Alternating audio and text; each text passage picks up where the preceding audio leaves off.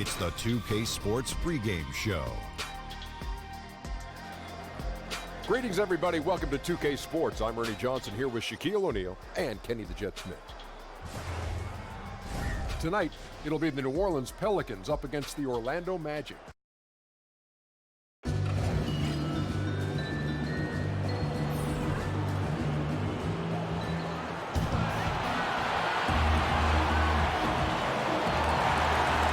Welcome, everyone. Let's get ready for some NBA basketball on 2K Sports. Joined in the booth with Greg Anthony and Brent Barry, this is Kevin Harlan. Our sideline reporter, David Aldridge. Coming in off the road, the Pelicans are back in New Orleans for this one. And this game, the first chance they've had to see Orlando. Last season, they split the series with each team able to win on the road. And it was a matchup you thought they would have cruised through, but they actually dropped a game in this series last year. Now the starting group for Orlando. Ricky Rubio is out there with Bellinelli. Then there's Chandler Parsons. Then there's Nowitzki. And it's Zubac in at the center. Back to Rubio. Brent, you played for 14 seasons. What kind of off-season training did you do personally to keep in shape? I had a great trainer in Southern California that I would go home to every year and work on different things. It was funny, Kevin, because as you get a little bit older, you can be a little more specific with how you train. You understand how you're going to be used, the type of minutes you're going to play, so it can be a little bit more specialized. I'm not sure if I could tell you this, but I surfed a lot in the off-season. Balance. Core, right? Core balance. All right, Thank good. you. Thank you. Check box.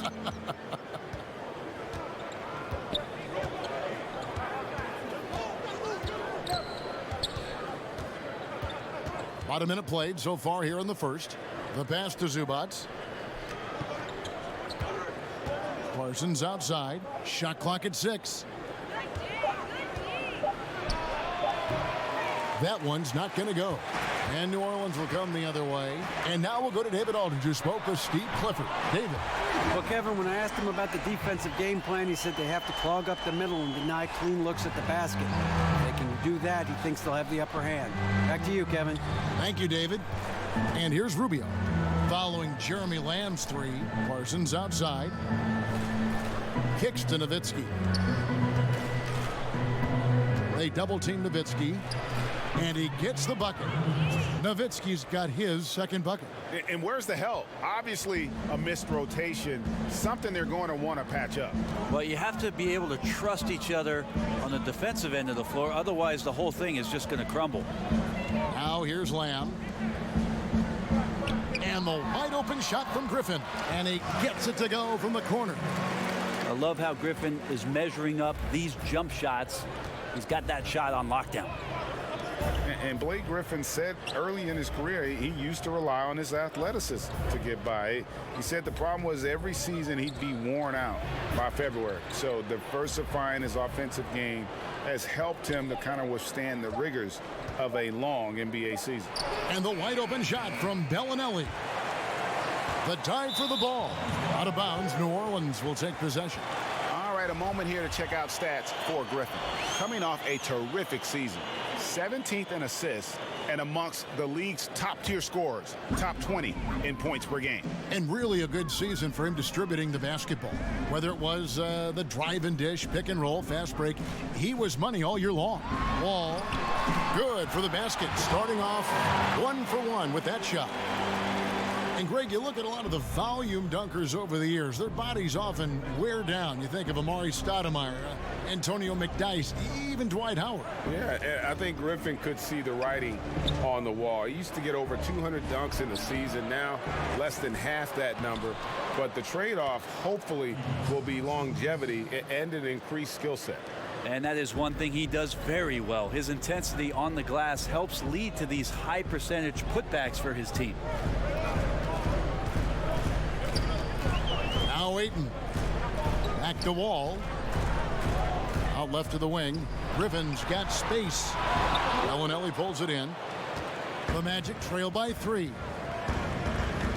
Parsons on the wing. From downtown, trains the three-pointer. And if he can hit that shot, it spreads the defense out and really changes the complexion of the game.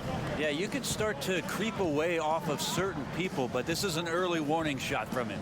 And here's Wall after the three-pointer from Chandler Parsons. Rubio against Wall. Unable to get that one. Good D by Rubio. Parsons finds Bellinelli.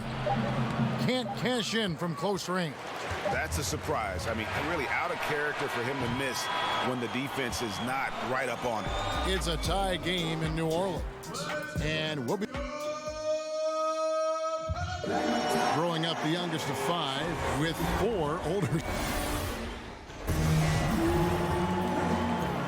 And it's been a pretty even game here after 1 quarter of play.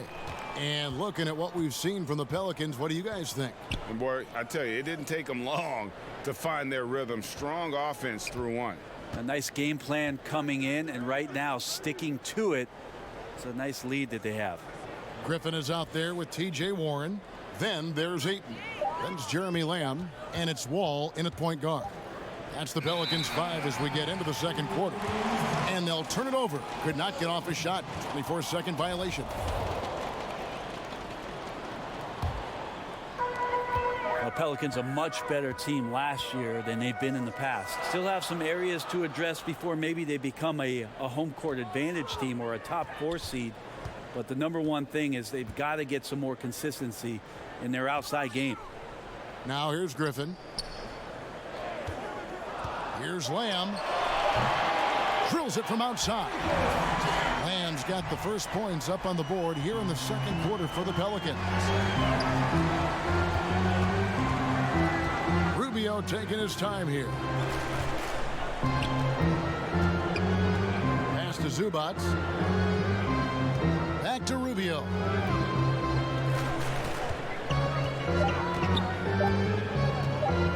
Over to Wall. He can't get it to go. Now New Orleans will take it the other way. Well, the 3 is king right now, and spacing can be a problem for the Pelicans. Well, the team knows they only have a handful of dead-eye shooters. They were in the bottom third for threes taken last year. They play to their strengths, which is a good thing, but in order for them to take the next step, it's got to be some dynamic play from the perimeter. And a wide open look for Lamb. And that's collected by Nowitzki. So it's Rubio bringing it up for Orlando. Nothing offensively yet from them in the second quarter. Parsons' shot is off. Now, the defense was solid there, smothering him close inside, and that's how you want to guard him. Griffin passes to Warren. That drops. And it comes off an assist from Griffin. Griffin's got 3 assists in the game. Rubio against Wall. And Rubio kicks to Bellinelli. A minute 42 left in the first half of the game. From the stripe. Another miss by Orlando. New Orleans leading by 5. The feed to Griffin. And the slam by Blake Griffin. That's a smart pass as T.J. Warren does a solid job finding the open man. Orlando, they've gone 0-3 and are still looking for that first bucket here in the second quarter. You know, T.J. Warren is a great scorer. However, many of those buckets he puts in do not include, Brent, the 3-ball. No, he plays in the mid-range game. Once he gets to certain spots in the mid-range and gets his feet set, he's going to end up scoring 2 points. So off-balance runners, he gets fouled. Just really has a nose for scoring the ball. For New Orleans, they've gone 3 of their first 5 shots to drop here in the second quarter. Wall up top, covered by Rubio. Over in the corner, Warren.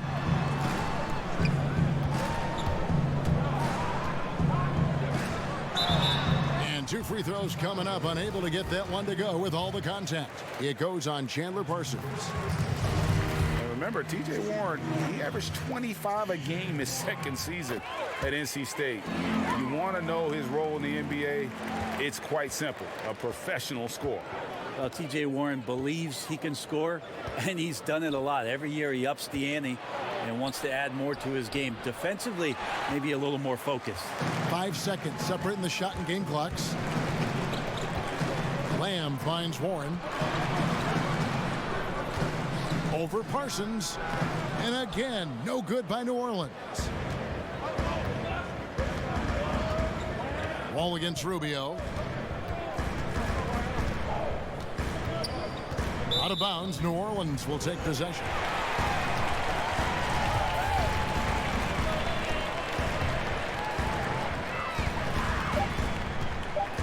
Wall looking it over. Got it off in time, and no good on the last second attempt this time. Thanks so much, David, and we'll step away briefly, but get you right back out here for the start of The 2K Sports Halftime Show. Hey, welcome back. It is a competitive matchup for New Orleans in the first quarter. Nothing seemed to give way on either side of the scoring column as they wrapped up the period all knotted up. They gathered some serious momentum in the second quarter, and as well as they played, it's a little bit of a surprise that, and it's just about.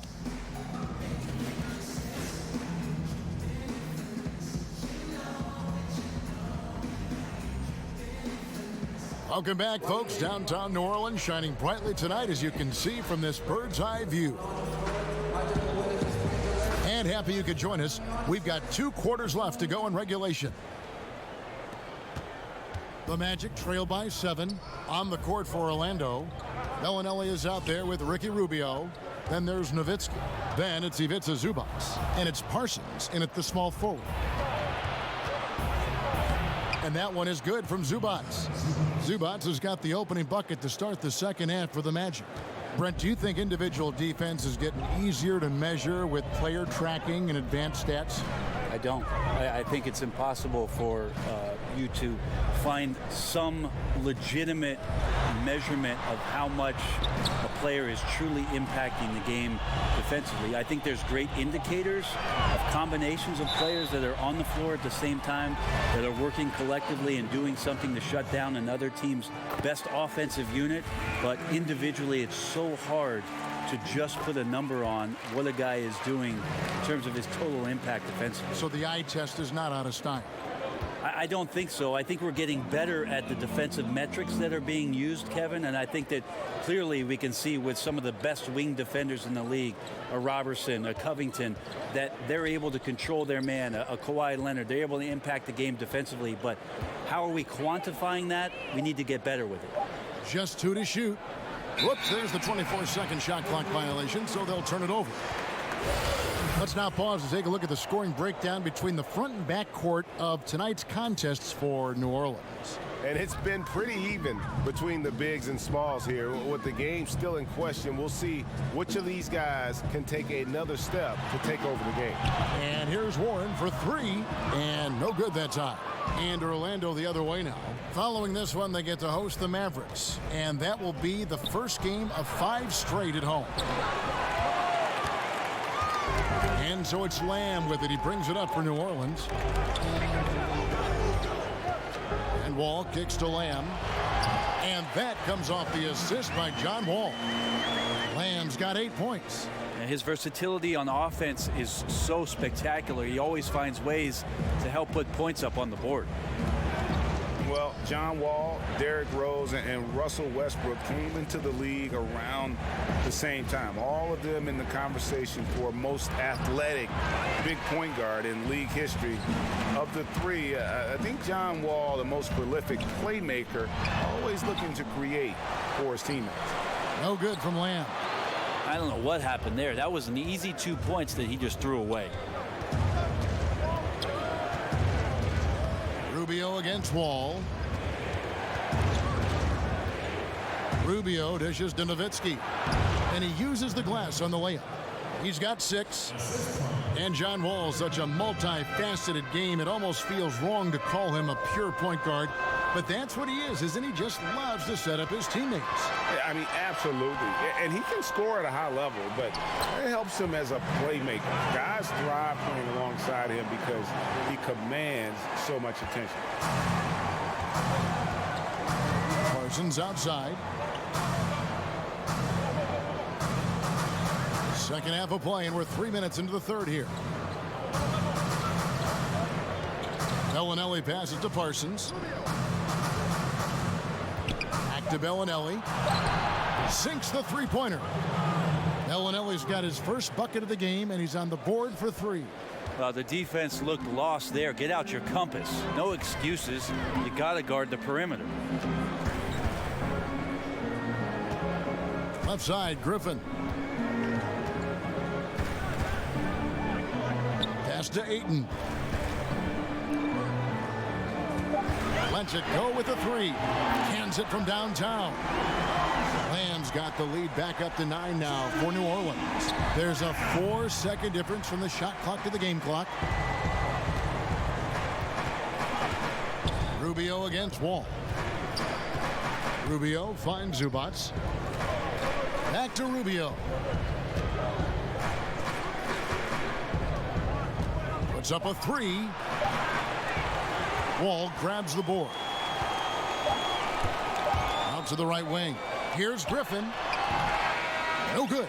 And so it's the New Orleans Pelicans. Ahead by 9 as the quarter comes. And while we can now, let's take a look at today's State Farm assist of the game. And how about the big fella here showing us he's got some point guard skill here with the tremendous setup. Now the passing for the team becoming contagious, this time involving the big. And with 3 quarters behind us, let's see what this 4th period holds in store for us. Our 4th quarter action underway, presented by Gatorade, all fueled up and ready to go. Let's reset the lineups. So for New Orleans right now, Warren is out there with Griffin. Then it's Wall, then it's Jeremy Lamb, and it's Ayton in at the 5, down low. Wall, no luck. And they still need to step up just a little bit. They have the lead, but he needs to find himself out there. Parsons outside. Shoots over Warren. Nice D from Warren. New Orleans leading by 9. Here's Lamb. Up again. Great positioning on the putback. And using that 7'5" wingspan, putting it back off the miss. One of Ayton's specialties. Time call here. The Magic decide to talk it over. So many modern offenses no longer rely on a point guard to initiate the play. Tell us a little bit more. Walk us through that process. I think a lot of teams, Kevin, are getting more towards motion offenses, almost playing in a secondary break where you've either coming off a score, you're coming down the floor, the point guard gets off the ball, and with all the players moving around and with the multifaceted skill set of your small forward and your power forward who's now playing at the point, distributing the ball, setting screens, DHO. Because of that skill set, you don't really have the heavy reliance on point guard domination with the basketball, setting up every play, and being the only playmaker on the floor. Now you have 3 and sometimes 4 getting that job done. All right, let's catch up with our sideline reporter, David Aldridge. Hey, guys, I had a chance to find out what Steve Clifford talked about with his players. He said, fellas, I know you're tired, but you can't coast now. You've got to go harder. This game is in sight. We got to power through and get it. Words from a champion. Back to you. That one's good. The New Orleans lead is cut down now to just 7 on the bucket from Dirk Nowitzki. For New Orleans, they've gone 1 of 4 since the end of the 3rd quarter. Rubio against Wall. Now here's Lamb. He's guarded closely. Back to Wall. Shoots over Rubio. And it's Orlando with the rebound. 1:44 left in the 4th quarter. Bellinelli passes to Rubio. And that one drops for him. And now it's only a 5-point New Orleans lead. On the attack, he has that ability, trying to close this one out. Well, beating one guy is one thing, but beating 5, heck of a job there. He's got the talent to finish, too. And in the post, Wall's got a pretty well-developed game for a point guard. He can navigate his way through the big bodies with very few problems. Now here's Nowitzki. Parsons trying to break loose. That's another one for him. His 5th in just 7 shots. Yeah, the D has not been able to keep the ball out of the paint at that end of the floor. Wall kicks to Lamb. Passes to Griffin. He dishes it to Lamb. 13 feet away. Wall's shot is off. Magic have gone an outstanding 4 of 5 from the field in the fourth quarter so far. Rubio against Wall. Rubio outside. 16 feet away.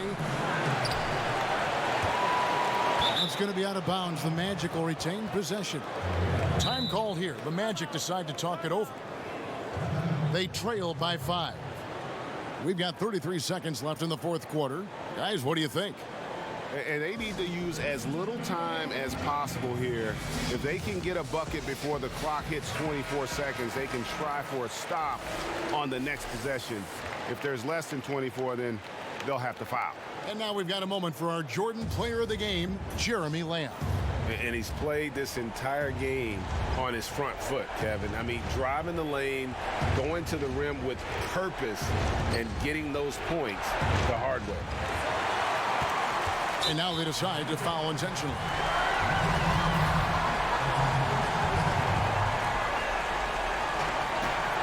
And they go to the intentional foul. So the first one drops, and that increases their lead to 6. And Wall has said he wants to be in the MVP conversation moving forward. A terrific floor general with unreal athleticism. And he adds to their lead with some very solid free throws. Time called here. The Magic decide to talk it over. They're behind by 7. 24 seconds left in the fourth.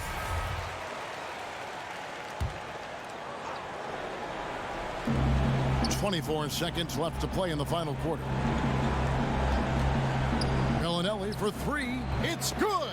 And now they trail by just 4. Here's Wall. And an intentional foul there stops the clock. Had to foul, and on that occasion to stop the clock. That's the enemy in this situation. And the first of 2, no good. Heartbreaker. And the second of 2 is good. That puts them up by 5. 15 seconds left in the fourth quarter. Rubio finds Nowitzki. Bellinelli with the 3. Griffin grabs the board. And so they foul intentionally. You have to foul, but I'm sure they would have liked to foul someone different. So he goes 2 for 2 at the line. And it's a 7-point game. 5 seconds left in the game. Bellinelli for 3. Off target. So New Orleans wins it. It was a fantastic ball game, and they did a great job making sure it did. All right, David, great job. Thanks so much. Thank you for joining us.